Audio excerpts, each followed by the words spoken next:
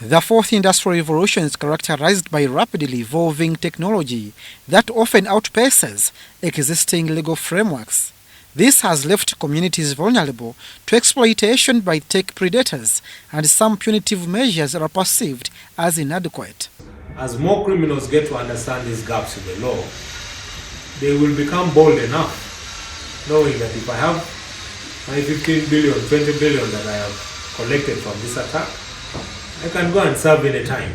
They can give you 1 year, they can give you 2 years, they can give you community service. So I think that is something that is a big question, and it creates a very big gap in terms of the punitive action of the law.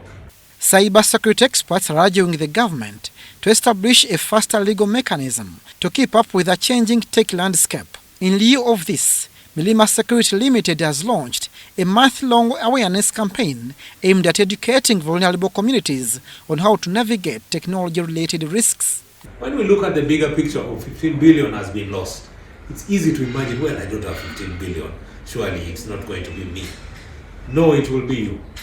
So this is why we must look at it from that small, teeny tiny impact that we see. As financial institutions, some institutions have formed cybersecurity committees, especially over weekends. Those who monitor transactions over weekends. The Ministry of ICT and National Guidance plans to incorporate international legal conventions to hold accountable those involved in cyber-related crimes, particularly since many offenders reside overseas. And some of the solutions we're looking at are ratification of some of the conventions. The EU convention, there's the AU convention as well. Some of those international legal instruments, we may have to ratify them such that we can curb international crime.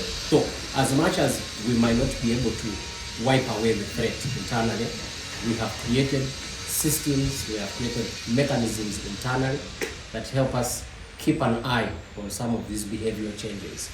As I've mentioned, the human being is a very complicated animal. It's very difficult for me to determine your emotion when I leave this room.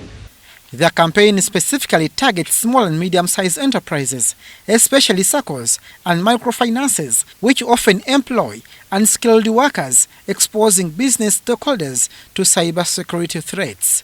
Abdul Nasser Lubwama and Rogers Komagum for UBC.